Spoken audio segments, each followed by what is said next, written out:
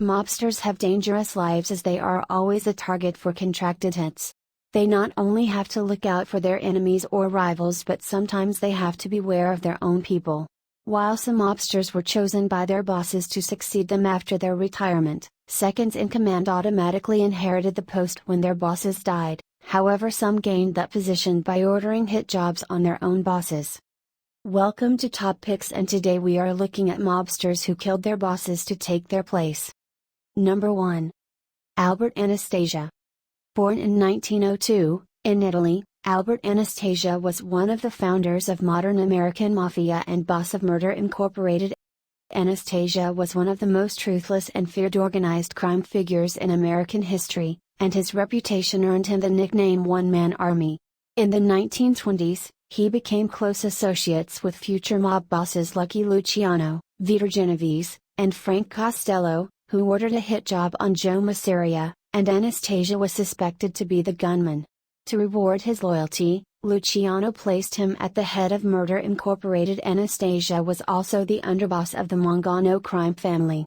Mob boss Vincent Mangano was resentful of Anastasia's close ties with Luciano and Costello, as the latter used to obtain Anastasia's services without first seeking his permission.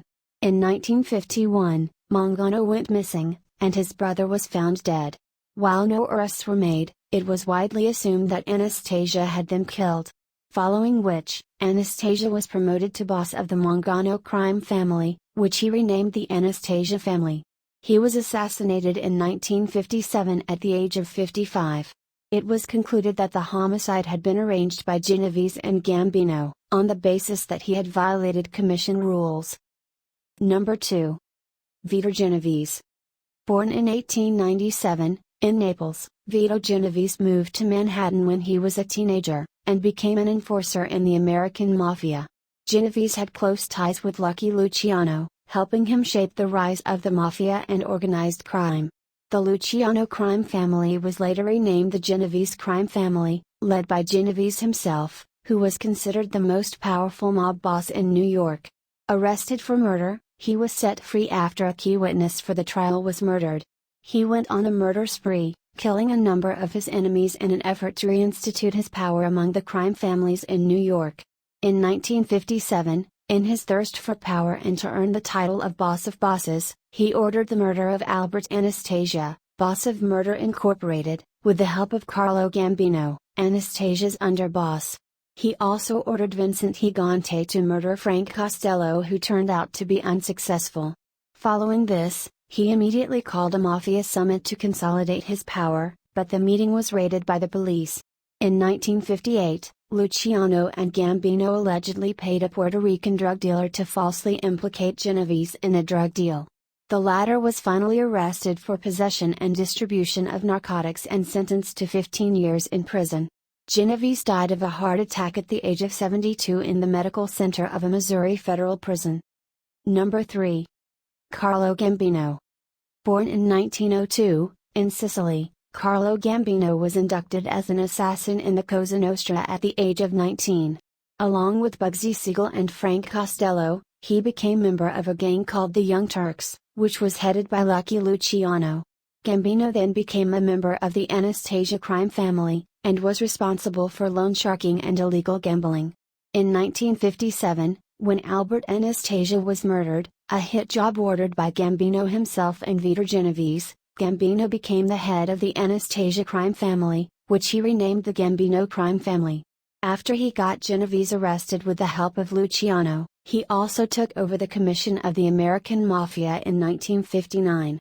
During his criminal career of 50 years, Gambino served only 22 years in prison for tax evasion in 1937.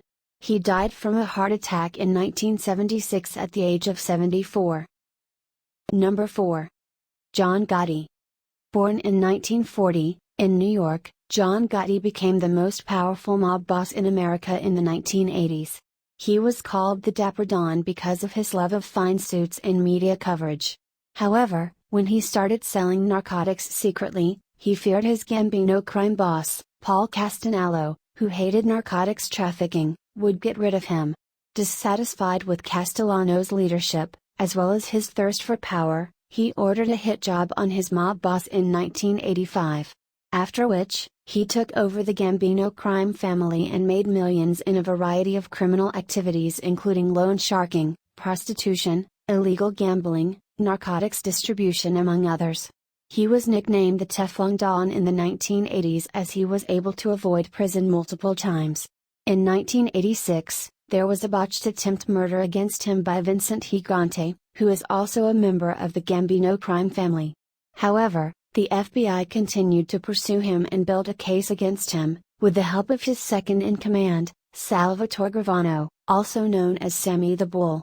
In 1992, Gotti was finally arrested with charges such as multiple counts of murder, including that of Paul Castellano, tax evasion and racketeering. In 2002, he died of throat cancer in a Missouri federal prison. Number 5. Vincent Gigante. Born in 1928, in New York, Vincent Gigante was an enforcer of the Luciano crime family during his teens. He was the shooter hired by Vito Genovese for the failed assassination of Luciano crime family boss, Frank Costello, in 1957. His quest for more power led him to order a murder attempt on John Gotti, the Gambino crime family boss, which failed. Things turned into his favor when Gotti was arrested in 1992, and Gigante quickly rose to power and became the family boss. He was recognized as the most powerful crime boss in the U.S. At that time, Gigante feigned insanity in order to throw law enforcement off his trail. However, in 1997, he was tried and sentenced to 12 years in prison for charges like racketeering and conspiration. In 2003, he pleaded guilty against charges of obstruction of justice, and admitted that his supposed insanity was a plan to avoid prosecution, for which he earned an additional 3 years sentence in prison. He died of natural causes in a federal medical institution in 2005 at the age of 77. What do you think of those mobsters mentioned in the video? Is there anyone we missed? Please let us know in the comments below. Don't forget to like and subscribe for more videos. Thanks for watching.